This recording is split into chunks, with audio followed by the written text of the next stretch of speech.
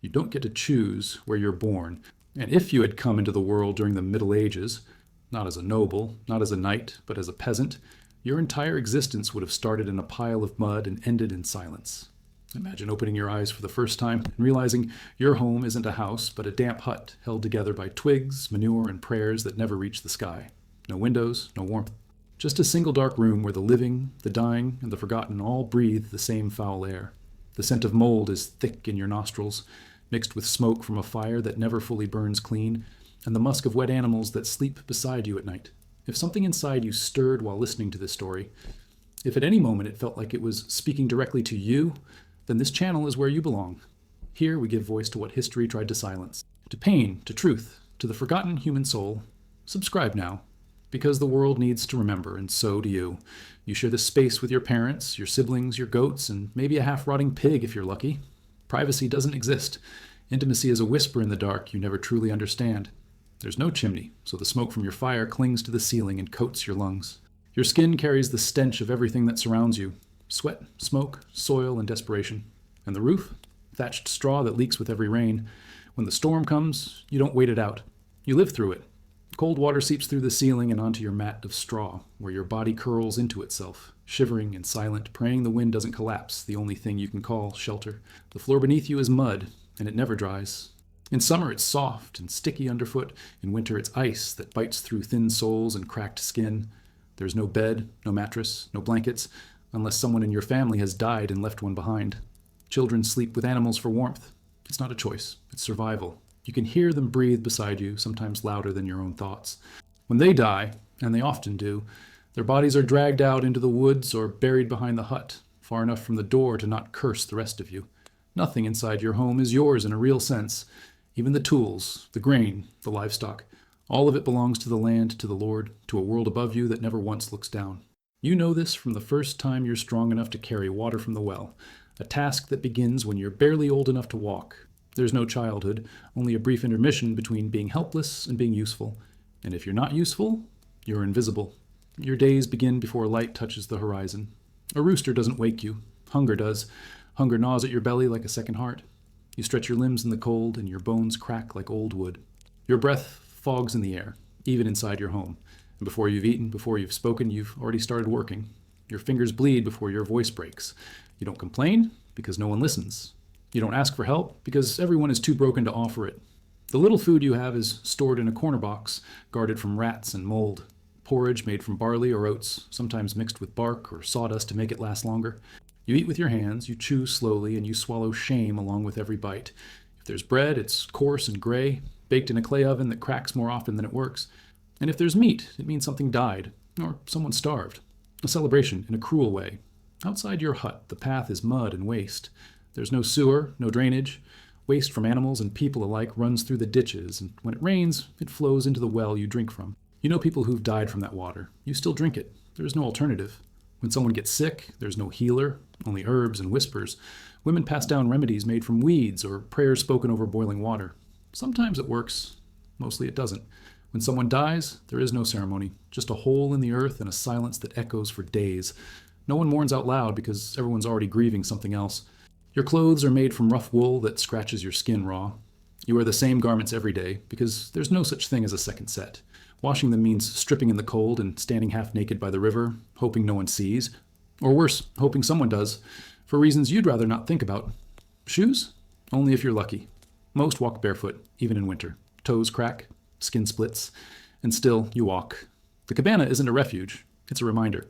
A reminder that you are not important, that you are replaceable, that if your roof collapses, if your child dies of fever, if your fire doesn't light, the world will not change, the world will not notice. You were born to endure, not to live, and while lords feast behind stone walls and priests chant inside candlelit chapels, you rot in a puddle of your own history passed down from one nameless soul to the next. And in the rare moments when you sit, when the work is paused, not by rest but by exhaustion, your eyes scan the cracks in the mud walls and you ask yourself, is this all there is? Is this the life God planned for us? Because if there is a heaven, it feels like a joke. If there is justice, it hides behind castle gates. And if there is hope, it is long since drowned in the well water that stole your mother's breath. Even the sound of laughter is foreign now. Children don't play. They mimic. They labor. They suffer. And when they smile, it's with teeth missing, with bruises hidden, with bellies swollen from hunger and parasites. You know they won't grow old. Few ever do. If they survive until 20, they will already look 40. Bent backs, worn hands, eyes that no longer dream. And yet, you keep going. Not because you want to, but because there's no other option. Because pain becomes background noise. Because suffering becomes routine. Because survival, in this forgotten corner of a feudal world, isn't noble. It's just what happens when death forgets to knock. You don't get days off in the feudal world. There are no weekends, no holidays unless the church says so. No me time. Every single day is a repetition of the same grueling cycle where your body becomes a tool, your time belongs to someone else, and your worth is measured in sweat and silence. When the rooster crows, it doesn't wake you. It reminds you that you're already late. Before the first ray of sunlight touches the muddy fields, you're already working. Not because you want to, but because if you don't, the punishment is swift and silent. Maybe it's losing part of your already meager grain share. Maybe it's a beating. Maybe it's nothing. Because even your absence doesn't matter. You're not essential. You're just expected. You pull the wooden plow behind a tired ox, the harness cutting into your shoulders because the animal is too weak to drag it alone. The dirt is hard. Your hands blister. Your legs sink in the mud. Your back burns with a pain that becomes a companion. And still, you continue. Not for ambition, not for pride, but for survival. Because if you don't plant, you don't eat. And if you don't give the Lord his share, you don't exist. The field doesn't care about your fatigue. The sun doesn't stop burning because your skin is peeling. You can't negotiate with the weather. If there's drought, you still work. If there's frost, you still work. If your child died last night, you still work. The land is not your friend. It's not your enemy. It's your captor. And your captor doesn't speak. It just consumes. What little tools you have are crude and handmade. A wooden hoe with splinters in the grip. A dull sickle that your grandfather used. And maybe his father before him. There are no improvements, no upgrades. Just the same cycle of blood, calluses, and repetition. And when your tools break, you fix them. Not because you know how, but because you have no other choice. There is no blacksmith coming to save you, no market to buy replacements. Only you, the wood, and the pressure to keep going. You pause only to eat. But even that is not a break. It's a ritual of endurance. You chew quickly, coarse bread, watery broth, maybe an onion, maybe a dried bean. You eat with your hands, and you don't taste. Food is fuel, not pleasure, not warmth. You chew so fast you forget you're doing it, and then you return to the field before your body even knows it rested. Your clothes are soaked in sweat and dust. The sun bakes the fabric to your skin. In winter, that same sweat freezes into a layer of ice, making your joints stiff and brittle. You don't have gloves. You don't have boots. Your fingers turn red, then purple. Sometimes they crack open. You bleed into the earth and no one notices. Children work beside you. Not because it's charming, but because it's necessary. They carry water. They chase birds away from the crops. They scare off stray dogs that try to steal what little food you have. A 10-year-old child in the fields is not exceptional. It's expected. And if one breaks their leg or falls sick, they're replaced. Sometimes by a younger sibling, sometimes by no one. And when the Lord passes by on horseback, you lower your eyes, you step aside, you nod your head. Even if your back is broken, even if your stomach is empty, you show respect to the man who doesn't know your name, because his whip is real and your dignity is not. You don't speak unless spoken to. And even then, your words are chosen carefully. One wrong sentence could cost you your home or your life. You're taxed not just with labor, but with obedience. You must pay with time, with loyalty, with fear. You must give the best of your harvest, the cleanest of your water, the strongest of your animals' gaunt, all to a man who already has more than you'll ever touch. And still you give, because not giving is worse. The church says suffering is holy. The priest tells you to endure as Christ endured, that your reward will come after death. But your death doesn't feel like salvation. It feels like the only escape. And yet, you carry on, because your family depends on you, because there's no choice. Because you were born into this dirt and you will die inside it. The thought of rest feels like a luxury reserved for saints and sinners with better luck. You start measuring your life in seasons, not years. You know how many winters you've survived, how many summers have scorched your skin. You remember the bad harvests, the blight, the years when the barley turned black and the children's bellies swelled.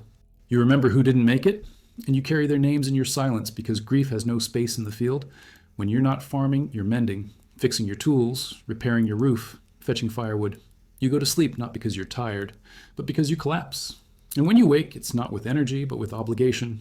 The cycle starts again and again, until your hands shake too much to hold the plow, until your knees stop bending, until your spine curves like a question mark, because you've spent a lifetime bowing to people who never bowed back.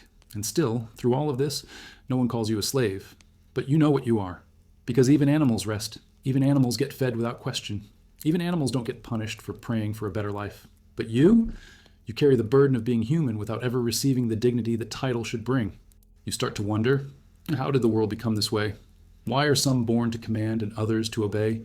Why do some feast in castles while others rot in the fields below? These questions gnaw at you like rats on old wood, and the answers never come. Only more labor, more orders, more silence. But even in that silence, something starts to burn, a quiet awareness, a small rebellion in the soul. Because deep down, something tells you this isn't how it was meant to be. And that thought, that flicker of forbidden clarity, leads you into something even darker. Because what happens when the very system you serve demands not just your body, but your soul? You've worked the land with your own hands, dug into the dirt until your nails bled, watched your crops sprout through frost-bitten mornings and days of aching hunger. You fed the earth with sweat, with calluses, with time you'll never get back. But when the harvest comes, it isn't yours. Not really.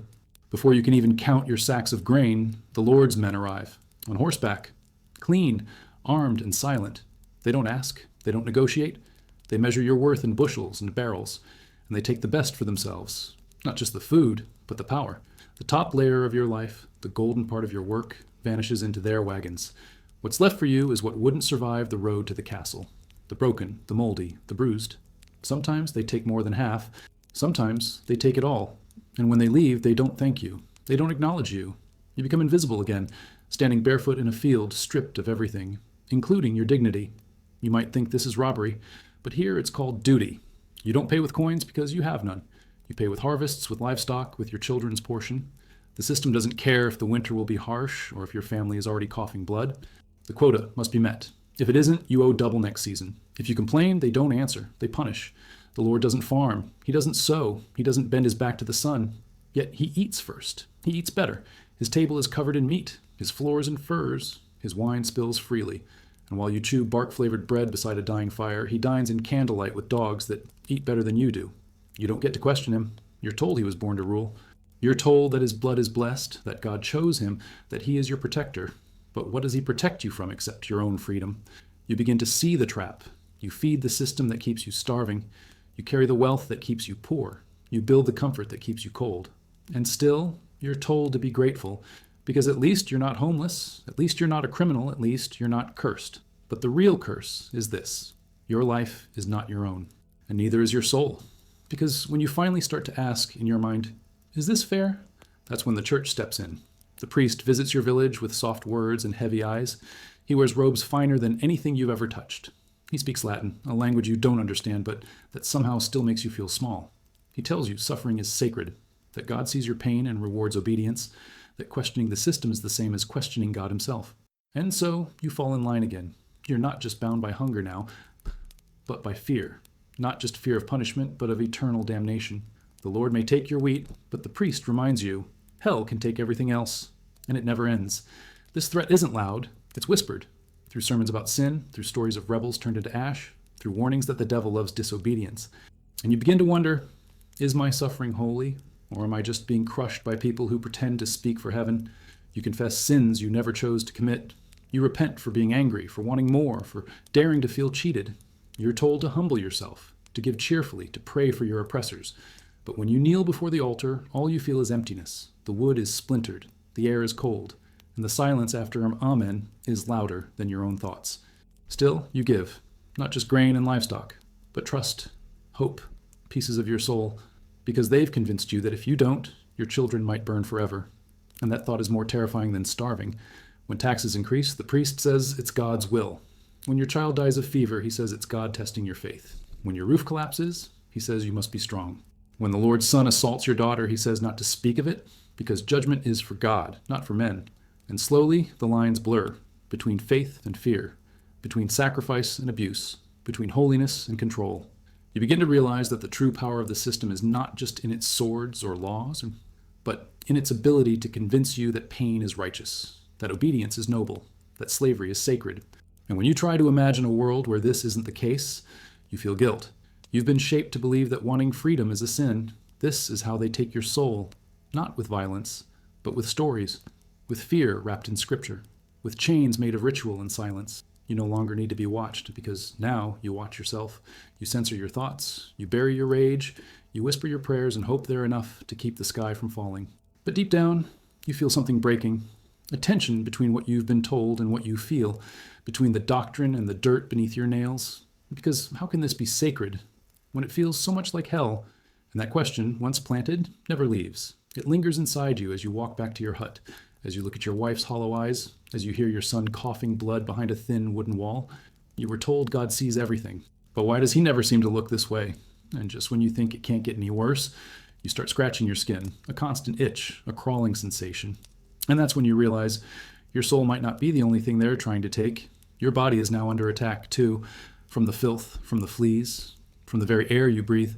Your body is no longer yours. It hasn't been for a long time. You feel it every morning as you scratch at the red swollen patches on your arms. The itching never stops. At first you thought it was just the hay in your bedding, or the sweat caking beneath your shirt. But it's more than that. Something moves beneath your clothes, tiny lives feeding off of you. Lice, fleas, mites. You don't remember the last day you didn't feel them. Because there wasn't one. You can't see them all, but you feel them. In your scalp, between your thighs, crawling in the folds behind your knees. At night, they wake you before the roosters do. During the day, they distract you more than hunger. You scratch until your skin breaks. Then you bleed. Then it scabs. Then it starts again. You weren't born this way.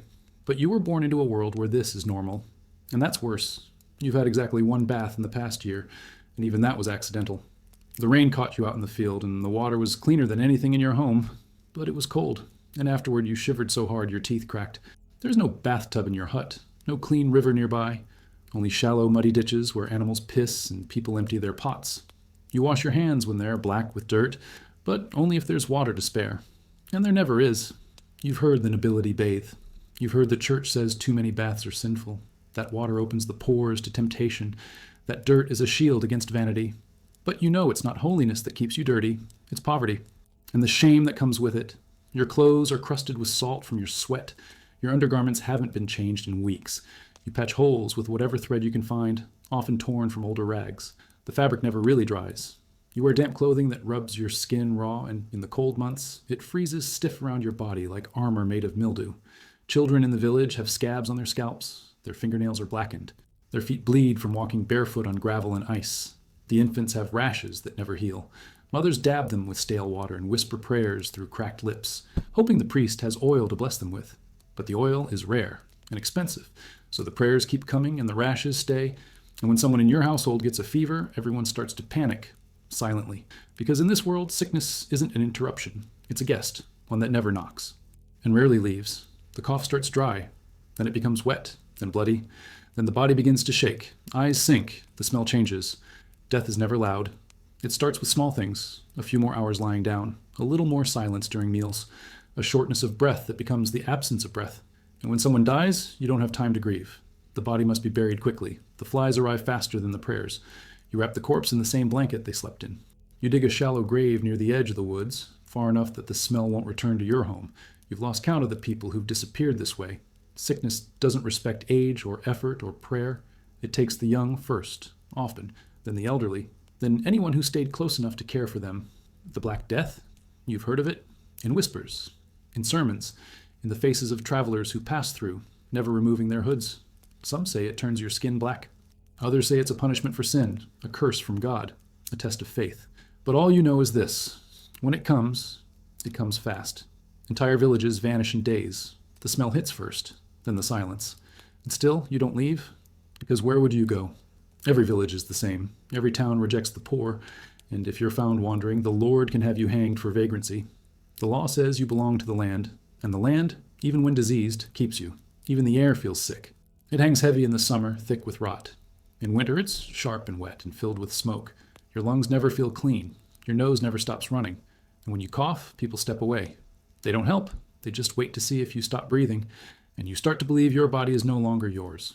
Not just because of the filth, the parasites, or the sickness, but because you've been trained to ignore it, to suppress your discomfort, to endure pain without comment, to consider hygiene a luxury you're not meant to crave. Cleanliness becomes a memory, not a goal.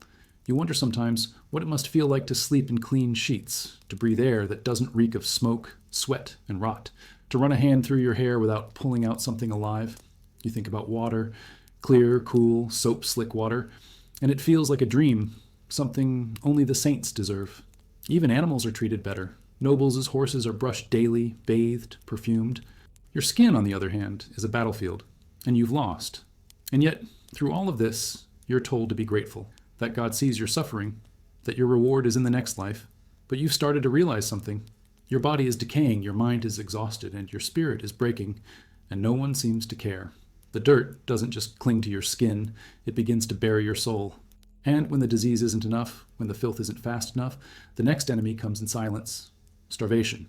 Because you might survive the lice, you might even survive the fever, but the one thing no one survives for long is an empty stomach. Hunger doesn't knock, it seeps in through the cracks in your door, through the dry fields, through the hollow echoes of an empty bowl. At first, it's just a dull ache. You ignore it. Everyone does. Then it starts to grow teeth. You feel it in your joints, in the pit of your stomach, in the way your hands tremble even when they're still. In the village, hunger is the one sound everyone hears but no one speaks about. It hums beneath every conversation. It moves through every season. You can smell it in the air when the grain stores run low. You can see it in the eyes of children who stop crying and start staring. And when the last of the dried beans are gone, when the bread is just a crust of mold, when the rat traps come up empty, that's when hunger becomes something else. Not a feeling, but a presence. You eat what's left, whatever it is. Bark boiled until it softens. Grass. Rotten apples from the orchard's edge. You learn to scrape the green off old cheese and hope it doesn't kill you. You dig for roots that taste like dirt. And when the pain gets sharp, when your legs can no longer carry your weight, you drink water. Dirty, infected water, just to fill the void inside you. The bread, when you have it, is a weapon against you. It's stretched with sawdust, straw, or powdered bone to make it last. It doesn't nourish, it tears. Your teeth crack, your belly groans, your stool turns black, but you chew anyway. Because chewing is hope. Because food, even bad food, feels like life. And still, it's never enough. The harvests betray you. Sometimes it's the frost, sometimes the insects, sometimes the rain doesn't come, or it comes too much. You watch entire seasons go by without a single full basket. And when that happens, the Lord doesn't lower the taxes. The church doesn't lower the tithes. You still owe what they demand, even if you have nothing left but tears and dirt. There's no storage for the poor, no backup plan, no winter preparation. You live from hand to mouth, from day to day. And when famine comes, not if, but when, you watch your neighbors disappear.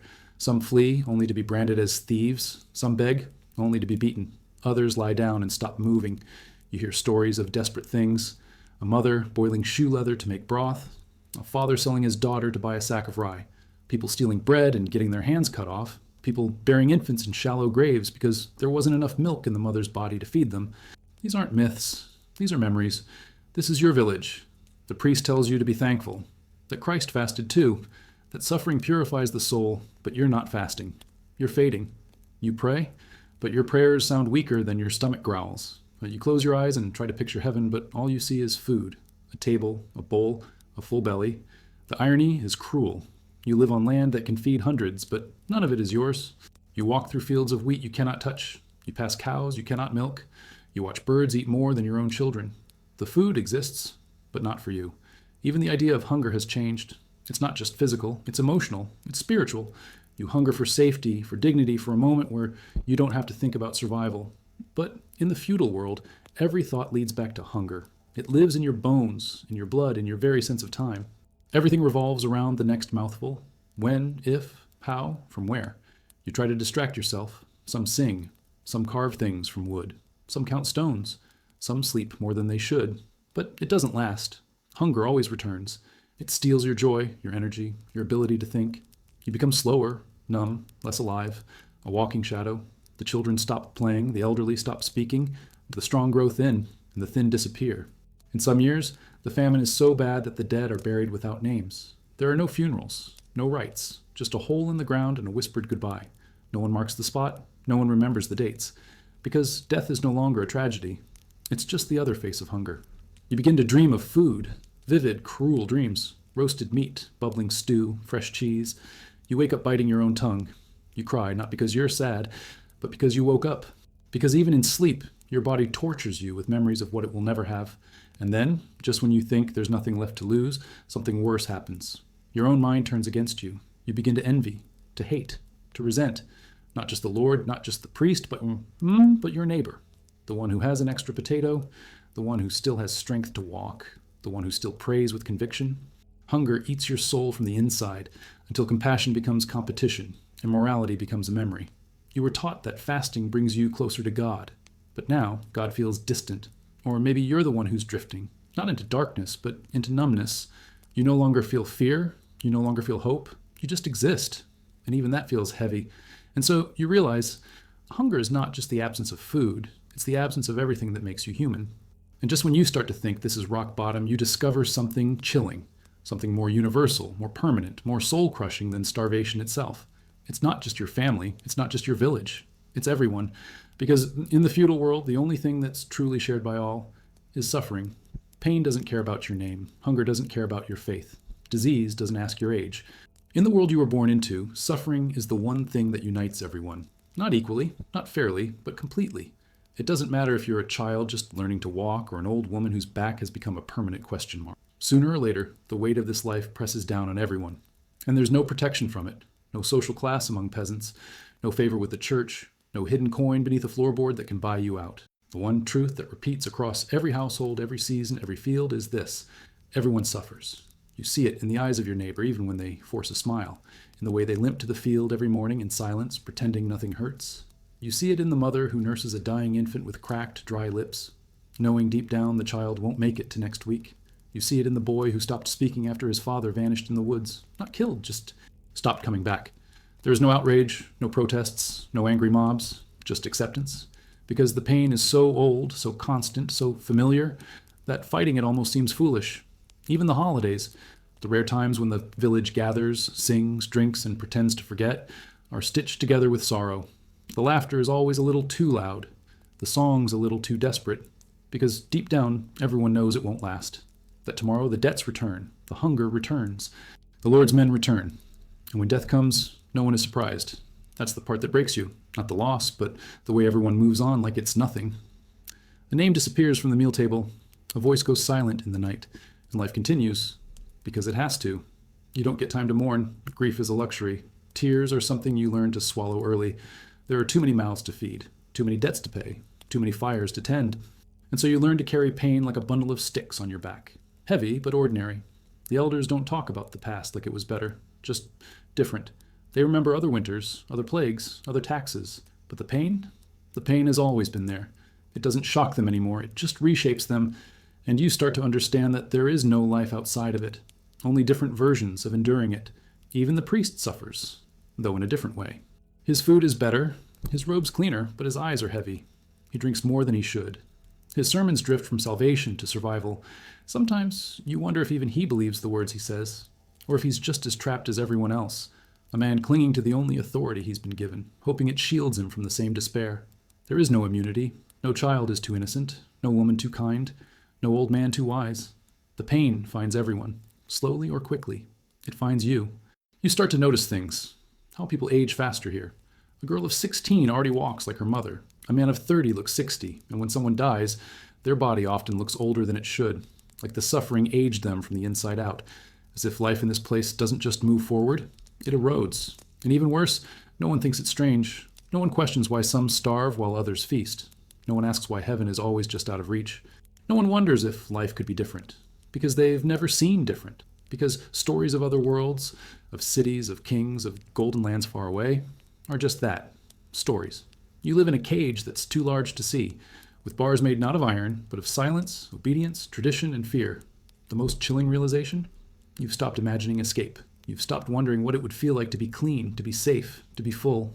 Not because you no longer want it, but because you've forgotten how to picture it. The dreams fade. The questions fade. You wake up, work, ache, sleep, repeat. You count the days not by their number, but by who didn't survive them. Sometimes a stranger passes through the village. A trader, a monk, a soldier, someone from outside. Their eyes look different. They talk differently. They smell different. And for a moment, you're reminded that there's a world beyond these fields. But that reminder only hurts, because you realize what you've never had, what you'll never reach. Even the animals know suffering here. Horses collapse in the road, whipped for slowing down. Dogs limp through the village with broken legs. Chickens peck their own feathers from stress. Everything in this world is in survival mode, all the time. And you're no different. You once thought you were cursed. Now you understand. This isn't a curse. It's a design. A system that runs not on gold or blood, but on shared, quiet, unquestioned suffering. And the scariest part? It works. Because pain keeps people in place. Hunger keeps them obedient. Fear keeps them from dreaming. And when everyone suffers together, no one stands out, no one resists, no one dares to say, this isn't right, because suffering has become the only thing that makes sense. But inside you, something trembles, a voice, a memory, a flicker. You try to push it down, but it grows. It whispers things you're not supposed to think. It asks dangerous questions. It reminds you that you were born, not just to obey, but to live. And when that voice grows too loud to ignore, you're left with a terrifying decision. Do you silence it, like everyone else did? Or do you listen? Because once you begin to question your pain, once you begin to see that it wasn't holy or noble or fair, something changes. And if that change spreads, even the strongest systems of control begin to crack. There comes a point when even pain loses its sharpness, not because it's gone, but because it's become normal. You stop noticing the ache in your knees, the stiffness in your back, the hunger in your belly, the dirt in your skin. They're still there, always. But your mind, in a final act of survival, dulls the edges, not to protect you, but to keep you moving. It's not strength, it's numbness. You wake up each day with a kind of mechanical rhythm. You don't think, you repeat. Like a cart that rolls downhill, not because it chooses to, but because that's what happens when the brakes no longer work. You walk through this village and see faces that look just like yours, hollow, faded, surviving. And one day, you catch your reflection in the murky water of the bucket you're carrying, and you don't recognize it. The eyes are yours, but the rest is someone you used to be. This is the most dangerous moment of all. Not when you're in pain, but when you stop feeling anything. When the suffering becomes so constant that your mind lets go of its last weapon. Identity. Because once you stop believing you are someone, once you stop remembering that you once dreamed, once loved, once hoped, that's when the system truly wins. The feudal world didn't just want your labor, it wanted yourself. It didn't just demand your obedience, it demanded your silence, even inside your own soul. You were born into a name, but that name was never yours. It was a placeholder, a mark in a register, a whisper on the priest's tongue at baptism. You didn't get to choose it, and in time it faded anyway. You became boy, girl, a worker, widow, beggar, labels that fit the roles you were given, not the person you are. Your story was never written. It was assigned: farmer, servant, serf. And every year, the role deepened. The lines got blurrier, the voice inside you quieter, until one day, you weren't even sure if it was there anymore. You start to forget what you loved as a child. The sound of rain on the roof when you weren't afraid it would collapse. The way your mother hummed while kneading dough. The feeling of bare feet on grass before you learned that softness was rare. Your world shrinks. At first, it was your village, then your field, then your hut, and finally, the space between your ears. A quiet, dim, foggy room where your thoughts echo like ghosts. You move, you work, you breathe, but you've forgotten why. You've seen others break, not loudly, not violently, but gradually.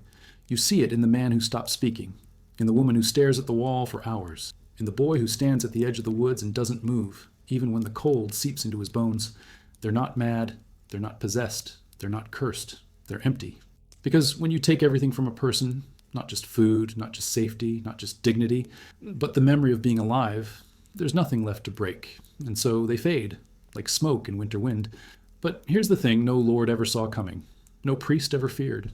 No system ever accounted for. Some people, a few, not many, remember, in the middle of the field, with mud up to their ankles, a memory rises. A song, a scent, a touch, a word, something buried but not rotted, something fragile but real. And in that moment, even surrounded by decay and silence, they remember. They are still human. It's not a rebellion, not yet. It's a flicker, a pulse, a whisper that says, this is not all you are. And sometimes, in a dark corner of the hut, someone dares to say it aloud. A question, a story, a name, and someone listens and nods. And maybe, just maybe, a fire lights again. Not outside, there's no wood for that, but inside, and that kind of fire can't be taxed. It can't be beaten. It can't be tithed away, because the body might be broken. But the soul, if it remembers itself, even for 1 second, becomes untouchable. You start to notice the way the stars move, the curve of the moon, the frost patterns on the window, things you forgot to see. You start to hum a melody under your breath as you work. You teach your child a word you invented. You carve a shape into the wall, not because you were told, but because it felt right. And suddenly, for one breath, one heartbeat, you are alive again. This isn't freedom, it's not revolution, it's not justice. That's still far away. But it's the first crack in the wall. Because when suffering is universal, remembering who you are becomes the most powerful act of resistance. The system can strip your name, your strength, your flesh, but if even one person refuses to forget what it means to feel, to wonder, to hope, then something has survived. And maybe Maybe that's how the world begins to change. Not with fire, not with swords, but with memory, with story, with one voice daring to say, I am more than what I was told I could be. So you don't scream, you don't run, you don't fight, not yet. You just close your eyes and remember. And in that breath, you are no longer just surviving. You are returning. Slowly, quietly, but fully. And if you're still listening, maybe it means you've remembered too.